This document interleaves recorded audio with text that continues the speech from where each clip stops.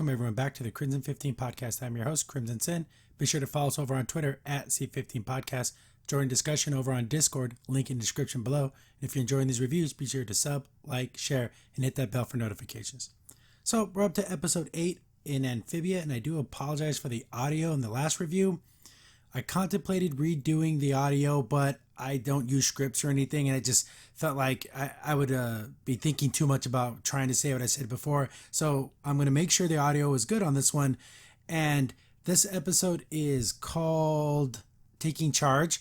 And this is my least favorite episode so far. I don't hate it by any stretch of the imagination, but I probably won't watch this one again as I did. I've already watched the other episodes I've already reviewed a couple of times because they're funny. This one's funny too. It just doesn't have the same oomph to it. But we open up and, Sprig's family, they're just like reading books and stuff like that. And then Anne's all super excited, and she's excited because I guess she downloaded the newest season of Suspicion Island, which is some type of I don't know if it's a reality show or not, but it just kind of seems like it.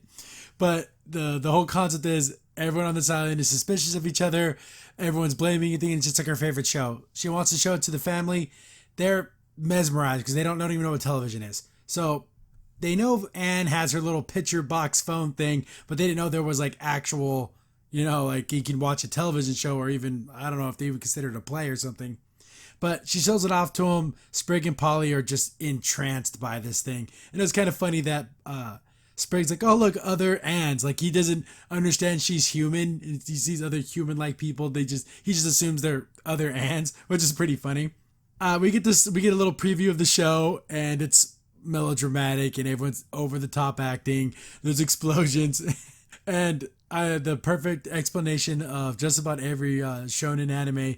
There's beautiful people and explosions. That's pretty much everything that there is. They want to watch it. Hop Pop, of course, never wants to do anything Anne wants to do, or always finds some type of fault in it. And he's like, hey, I got a better idea. I will read you a scene. Because remember, I think it was in episode 1, we saw that Hop Hop is a failed actor. He was reading a book about it. So this must have been some type of play that he tried to do. He's horrible. He recites it, and then everyone's like, yeah, no, thank you. We don't want to listen to you. We want to watch Anne's show. They start watching it, and their eyes are just glued to this thing. And the episode ends, and I actually agree with Anne here. She's like, oh, that's enough for tonight. And everyone's like, no, we need to watch the next episode. She's like, no, one episode at a time, and it's better to pace yourself. Thank you. I am adamantly against binging. I hate the idea that someone will just tear through a show, take no time to reflect on what you watch, to think about things. Certain shows, it's better than others, like science fiction and kind of more story-driven shows.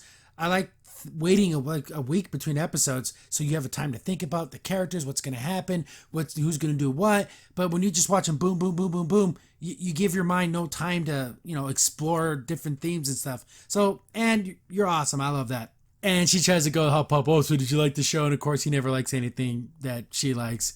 They get to the night, but then you see some mysterious person went and watched more episodes. So that's the whole mystery, but it's pretty easy to figure out. Next morning starts, and Anne's battery's dead because someone's been watching a ton of episodes. I brought this up, I think, in a couple of reviews ago. I'm like, how's she keeping her phone charged? I thought she might have had a solar charger or something like that, but no, she just has the world's most awesome battery that's only gone dead after being here for ever. She goes through there and sees that the episodes have been watched.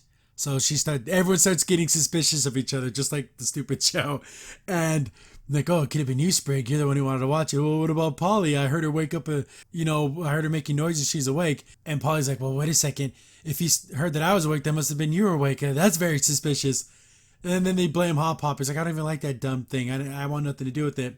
So everyone's just blaming each other. But Anne's like, if you guys aren't going to admit to who did it, help me get my phone charged back because I'm going to I lost everything, all my photos, all my memories, which isn't true. But this day and age, a young girl, she loses her phone. It's everything. Their cell phones are their whole lives. I lose my cell phone. It sucks because contact information, but I can live. But I can understand why she's so upset about it. Then she's like, some electricity, some zap. Hop Pop's like, I think I know what you're talking about. I guess they have some type of monster. It's like a Zapapede or something, and it makes like lightning. So they're gonna like use one of these things to charge the phone, which I didn't know. I was thinking, what are they gonna do? Hook it up to the phone? Like this is not gonna work. But they decided to go on this adventure. It's like way up in the mountains or whatever. They start making their little journey, and they find one, but there's like this rickety little bridge. I'm thinking to myself, there's no way I'm stepping on this bridge. There's not even any hand ropes. It's just, you just probably, what are these things, a foot across, if that? I guess they're made for these little amphibian people, not humans. But like, it's super rickety bridge, and they're walking across, and then they're still being suspicious of each other. Oh, look at that, he's yawning. He must be so tired. Oh, he's the one who stayed up. And then they all start pointing fingers at each other, and even Sprig's like, hey, Anne, I want to figure out who did this. So me and you can work together. And they started accusing each other. You're pulling a Ricky or whatever, because of the characters from the show. And Veronica. And they blame Hop Hop. And he's like, I don't even know what you're talking about. I don't know. But this little creature, again, another cool looking creature. It could be a Pokemon. It even has the plus and minus symbols in its eyes. They start fighting. They're moving around, and everything causes the bridge to snap. They fall down. Hop Hop sees there's a whole bunch of these, what do you call them? Zapapedes? Whole ton of them. There's probably like 100 down in this little pit. But there's like, okay, we got to get down there, and like, oh, let's build like basically a human chain. We're going to link arms and lower someone down. Oh, that's what happened in that one episode. And then he betrayed everyone, so they can't trust each other because of this dumb show. And then classic brother and sister, fighting. She gives him like a little arm burn, and then he gives her a wet willy. It's like, they're not really hurting each other. They're just like screwing with each other. Anne gets accidentally kicked. She joins into the fight, and they're all like kind of beating the crap out of each other. And lo and behold, Hop Hop reveals he's the one who watched all the episodes. It's like, after one episode, I fell in love with these young, beautiful people, and I couldn't help myself. Like, he's tossing and turning in his bed. Like they're addicted, like it was like a drug. So he sneaks through the house and everything, and hides, and he ends up watching every single episode. He's like, oh, I thought one would be enough. Then another one. And he ends up watching all of them. He looks at the window, and the sun's coming up, and he hasn't gone to sleep. He ends up kind of sneaking his way back upstairs and like letting, not revealing what he did. So he's like, you know what? I'm going to charge your phone, get back your memories. And he just jumps into the pile. I'm like, why did you do that? Like, I can't imagine that touching these things would be comfortable. He jumps in there like an idiot. And he's like, oh, it's not so bad. He keeps getting shocked. This is the absolute most hilarious part of the episode.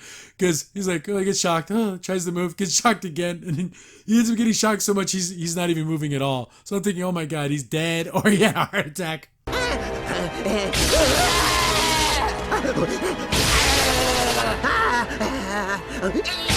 They all jump down there. They do the link thing. They grab him, and then Anne's like, wait a second, because if you make physical contact, the shock's going to travel through everyone. So they all end up getting like shocked a whole bunch of times. This is lame. They've done this a couple of times where something just quick happens. They end up kind of exploding. The Team Rocket were blasting off again, and they just get out of the situation. Kind of lame. There's like a weird weasel that eats a egg here in this scene. Is it a possum or a weasel? I think it's a possum. It's the same possum from Star versus the Forces of Evil. But they look at the phone, and it's been charged to 10,000%, which is, that's not possible. And the Hop Hop's like, wow, that's a lot of percents. He apologizes to Anne and gives her back the phone. She's like, oh, it's cool. You basically risked your life to charge my phone and get back my memories. You're pretty cool. So we get a nice little happy ending there. This episode, it's the lightning gag, that part is so funny. Just the physical comedy of it all, and every time they get shocked, like their skeletons show and everything. Everything else was just okay. I would say this was definitely my least favorite episode of the 8 I've seen so far, but it's still pretty good overall. I'm still hoping for more story. What about our friend? We got to see that tiny little bit at the end of episode 2, and nothing, not even a mention. So another fun episode. Definitely the worst of the 8, but still highly recommended. I'm going to be chugging out these reviews as fast as I can because I'm so far behind. But thanks for watching, guys. I read every comment. I try to respond. But yeah, keep them coming, guys, and I'll keep the reviews going. Thanks for watching. Crimson Saint here. Thanks for watching the video. If you're enjoying the content, be sure to sub, like, share, and hit the bell for notifications so you don't miss a single upload. If you have any tips or story ideas, hit us up on Twitter at C15Podcast, or better yet, join our Discord server, link in the description below.